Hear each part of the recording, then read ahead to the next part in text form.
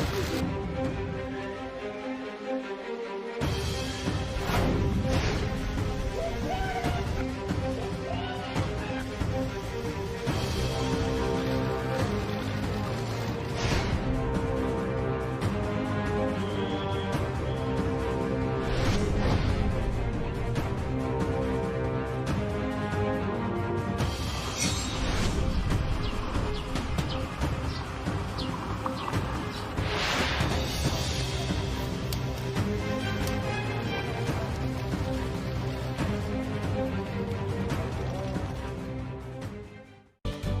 뉴스룸을 시작합니다. 서울 노원구의 아파트에서 새 모녀를 살해한 피의자의 이름과 나이, 그리고 사진이 오늘 공개됐습니다. 25살 김태현입니다. 경찰의 신상공개위원회는 위원들의 만장일치로 공개를 결정했습니다. 충분한 증거가 확보됐고 잔인한 범죄로 사회에 불안을 야기했다는 점을 들었습니다. 김태현은 범죄를 저지른 뒤에 사흘간 현장에 머물면서 맥주를 마신 걸로 알려졌습니다. 먼저 조소희 기자입니다. 서울 노원구의 한 아파트에서 온라인 게임에서 만난 피해자와 그 가족 3명을 살해한 피의자 얼굴과 나이가 공개됐습니다. 25살 김태현입니다. 서울경찰청은 오늘 오후 경찰과 변호사, 심리학자 등으로 구성된 신상공개 심의위원회를 열어 김태현의 신상을 공개했습니다. 7명의 위원들은 40여 분 만에 만장일치로 김태현의 신상 공개가 필요하다고 판단했습니다.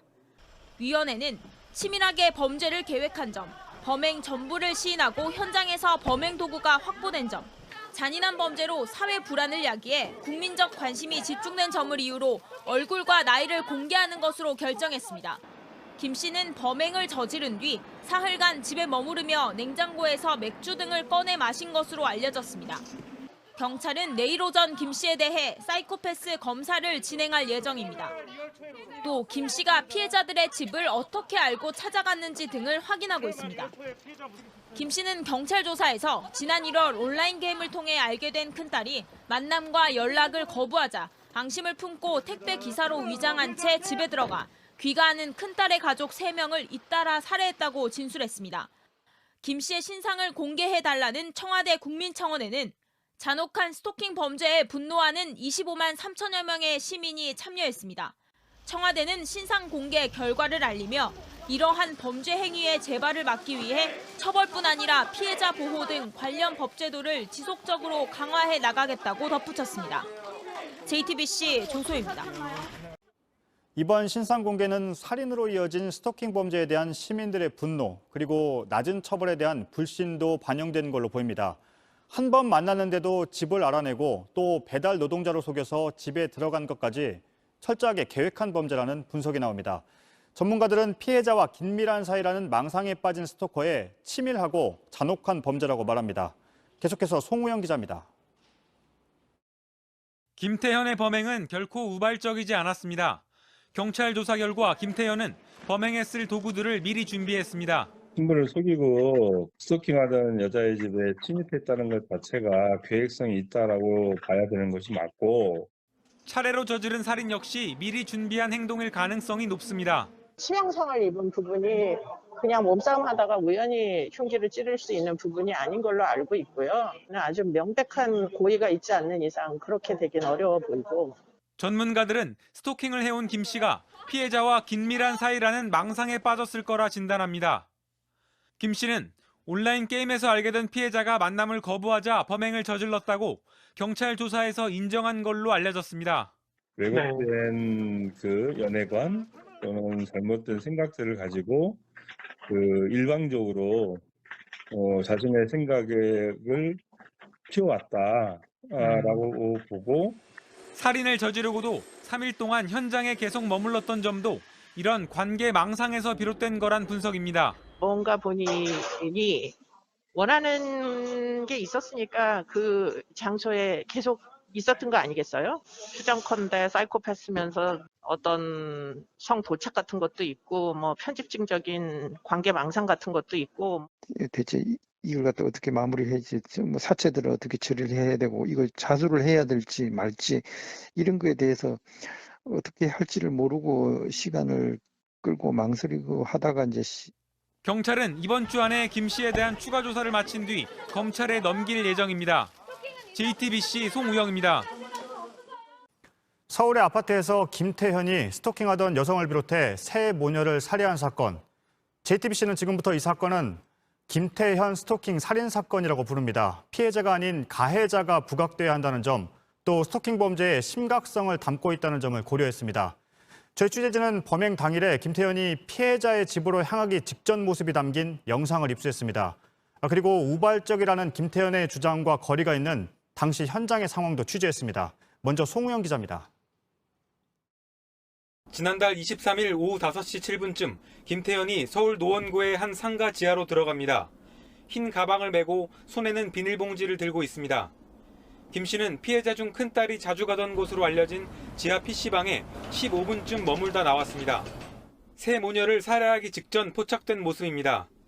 경찰은 이때 이미 김 씨가 근처의 마트에서 훔친 흉기를 가방이나 비닐봉지에 넣어놓고 있던 걸로 보고 조사 중입니다. 이후 김 씨는 걸어서 5분 거리인 피해자들이 사는 아파트로 갔습니다. 당시 아파트 CCTV 영상에 따르면 김 씨는 엘리베이터를 타고 피해자들이 사는 곳을 이미 알고 있었다는 듯 곧장 10층에 내렸습니다. 이후 물건 배달을 온 것처럼 가장의 집 안으로 들어갔고 작은 딸을 살해했습니다. 밤 10시 반쯤 귀가한 어머니 A씨와 그로부터 20분쯤 뒤 집으로 돌아온 큰딸 역시 살해당했습니다. 김태현이 체포될 당시 상황을 목격한 한 주민은 A씨가 발견 당시 외투를 입은 채 큰 방에 쓰러져 있었다고 전했습니다. 작은 딸을 살해한 뒤 5시간 동안 집안에 숨어있던 김 씨가 A씨가 귀가하자마자 범행을 저질렀을 가능성이 큽니다. 피해자 3명 모두 경동맥이 지나는 목 부분에 치명상을 입은 걸로 전해졌습니다. 경찰 조사 결과 김 씨는 세 사람을 해치는 과정에서 자신이 훔쳐온 흉기는 물론 집안에 있던 흉기도 사용한 걸로 파악됐습니다. 범행이 끝난 후 자해를 시도한 김 씨는 경찰 조사에서 갈증이나 냉장고에 있던 물과 우유, 맥주를 마셨다고 진술했습니다. JTBC 송우영입니다. 김태현이 치밀하고 또 계획적으로 움직였던 정황들도 새롭게 취재했습니다. 피해자가 인터넷 메신저에 올린 사진에서 택배 상자에 적힌 집 주소를 본 뒤에 범행 한 달 전부터 집 주위를 맴돌았습니다. 밤 늦게까지 기다리는 걸 봤다는 주민도 있습니다. 범행 전에 이렇게 집요하게 쫓아다니면서 괴롭히는 스토킹을 했던 겁니다. 박병현 기자가 취재했습니다. 김태현은 범행 전에도 피해자들이 살던 아파트를 수차례 찾았습니다. 처음 목격된 건 지난달 초였습니다. 추운 겨울은 아니었고요. 조금 날이 풀릴 때쯤이었던 것 같아요. 아파트 상가 인근이었습니다. 저는 8, 9시 경험이었던 것 같아서 그때 상가에 사람이 없는 시간인데도 계단에 앉아있어서 좀 이상하다는 생각을 한 적은 있어요. 비슷한 시기 김태현을 본 사람은 또 있습니다. 한 아파트 관계자는 범행 20일 전쯤 김태현이 저녁 6시에서 11시까지 1층에서 계속 기다리는 걸 봤다고 했습니다. 왜 그런지 물어보자 10층에 사는 여자친구가 오기로 해서 기다리고 있다는 말을 했다고 설명했습니다. 앞서 피해자도 지인에게 보낸 메시지에서 김태현이 찾아오는 데 따른 두려움을 호소했습니다. 지인에게 남긴 카카오톡 메시지에서도 자꾸 다른 전화번호로 연락이 와 받지 않자 김태현이 마지막이니 잘 생각해라는 말을 했다고도 했습니다. 피해자가 실수로 노출한 사진 속 택배 상자에서 주소를 확인하고 집요하게 스토킹을 해온 겁니다. 김태현이 범행 직전 휴대전화로 급소 위치를 검색하고 흉기를 준비한 것도 계획된 범죄 가능성에 무게를 실어줍니다. 범행 후 갈아입을 옷을 준비하고 본인 휴대전화 메신저를 삭제한 정황도 확인됐습니다. 경찰도 김태현의 신상을 공개하며 치밀하게 범행을 준비했다고 밝힌 바 있습니다. 경찰은 프로파일러 4명을 모두 투입해 김태현 면담 조사를 진행했습니다. 경찰은 김태현의 조사를 마치는 대로 이르면 이번 주 검찰에 사건을 넘길 예정입니다. JTBC 박병현입니다. 김태현 스토킹 살인 사건의 김태현이 오늘 취재진 앞에 섰습니다. 그리고는 마치 미리 계획한 듯 무릎을 꿇었습니다. 숨을 쉬고 있는 것도 정말 죄책감이 많이 듭니다. 진짜. 이 말 역시 사전에 머릿속에 넣어왔을 거란 해석이 나옵니다. 그 뒤엔 이렇게 직접 마스크를 벗어 얼굴을 보이기까지 했습니다. 여러 번 죄송하다고 말했지만 피해자들을 향해서가 아니라 대부분 기자들의 질문을 피하며 던진 말이었습니다. 경찰은 스토킹과 살인을 비롯해 5가지 혐의를 적용해 사건을 검찰로 넘겼습니다. 먼저 배양진 기자입니다. 김태현이 내뱉은 첫 마디는 의외였습니다. 피해자나 유족을 향한 사죄나 뉘우침이 아닌 취재진을 상대로 한 말이었습니다. 질문 일일이 다 답변 이제 못 드릴 것 같은데 입을 보내서는 정말 양해를 구하고 싶습니다. 유가족에게 하고 싶은 말이 있냐고 묻자 김태현은 그제서야 무릎을 꿇고 준비해온 입장을 밝혔습니다. 이렇게 뻔뻔하게 눈 뜨고 있는 것도 숨을 쉬고 있는 것도 정말 죄책감이 많이 듭니다. 진짜. 유가족의 외침에도 흔들리지 않았습니다.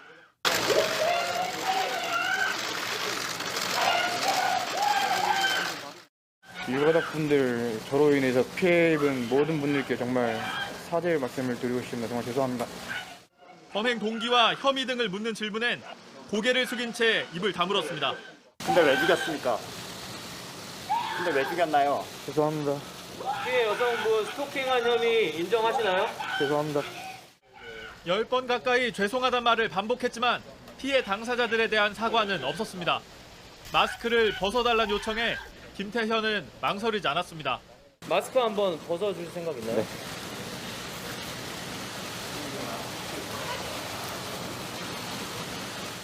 김태현에게 적용된 혐의는 살인과 주거침입, 경범죄처벌법상 지속적 괴롭힘 등 모두 5개입니다. 검찰로移送된 김태현은 검사와 면담한 뒤 동부구치소로 옮겨져 수감됐습니다. JTBC 배양진입니다. 보셨듯이 김태현은 처음부터 끝까지 침착했습니다. 또 말과 행동은 마치 짜여진 각본대로 하는 것처럼 보였습니다. 전문가들은 이 모습을 어떻게 분석하는지 박태인 기자가 들어봤습니다.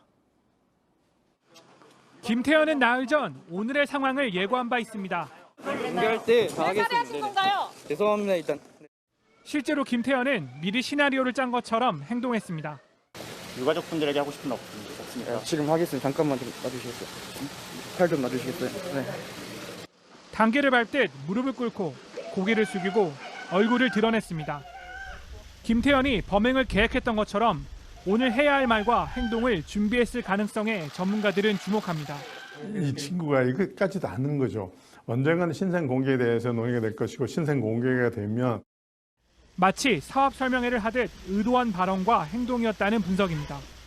아주 범죄 자산이 많고 범죄 지능이 높고 그다음에 종료 후에도 마치 그 비즈니스 끝낸 것처럼 이제 이렇게 얘기를 하고 이런 김태현의 모습은 지난해 N번방 사태로 포토라인에 섰던 조주빈, 문영욱을 닮았습니다. 멈출 수 없었던 악마의 삶을 멈춰주셔서 정말 감사합니다. 피해자분들과 피해자 가족들에게 죄송합니다. 공통점은 다 같이 당당하다는 것, 또 어떤 죄의식이나 죄책감보다는 그냥 사실을 얘기하는 것처럼 어떤 객관적인 입장에서 얘기하는 것 같은.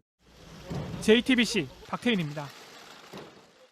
김태현은 경찰에 필요하다면 가족도 살해할 생각이었다고 진술했습니다. 스토킹 대상이었던 여성 외에 동생과 어머니는 우발적으로 살해했다는 그동안의 주장과 다릅니다. 처음부터 세 모녀를 모두 살해하는 걸 염두에 뒀던 겁니다. 윤정민 기자입니다. 피해자인 세 모녀 중 김태현이 알고 있던 건 큰딸 A씨뿐입니다. 그런데 김태현은 아무 관련도 없는 A씨 동생과 어머니까지 무참히 살해했습니다. 때문에 김태현이 일가족을 살해할 목적으로 애초에 범행을 계획했는지가 수사의 핵심이었습니다. 경찰은 김태현이 범행을 최종 결심한 시기를 범행 일주일 전쯤으로 봤습니다. 평소 사용하지 않는 아이디로 게임에 접속해 A씨의 근무 시간 등을 알아낸 시점과 일치합니다. 이때부터 김태현은 급소 등 범행에 필요한 정보를 검색했습니다. 그리고 김태현은 A씨가 퇴근 전이란 걸 알면서 범행 당일 오후 5시 반쯤 동생만 있는 피해자 집으로 향했습니다. 김태현은 이런 행동을 두고 경찰 조사에서 필요하다면 가족들도 죽일 수 있다고 생각하고 집으로 갔다고 진술했습니다. 미리 의도한 살인이었다고 스스로 인정한 겁니다. 경찰은 또 김태현이 흰 봉투에 상자를 담아 퀵서비스 기사로 위장해 침입할 계획을 세우고 인근 가게에서 흉기를 훔친 것도 모두 계획된 살인의 정황으로 판단했습니다. 김태현은 세 사람을 연달아 살해한 뒤 A씨의 휴대전화에서 자신의 지인들과 A씨가 나눈 메신저 대화를 확인하고 일부 친구를 차단했습니다. 이후엔 반복해서 자해를 했고 그 사이 피해자 집에 있던 음료와 맥주 등을 마시기도 했습니다. 경찰은 김태현의 범행이 이어지던 당시 이웃 주민 중 한 사람이 비명 소리를 들었지만 신고로 이어지진 않았다고 밝혔습니다. JTBC 윤정민입니다.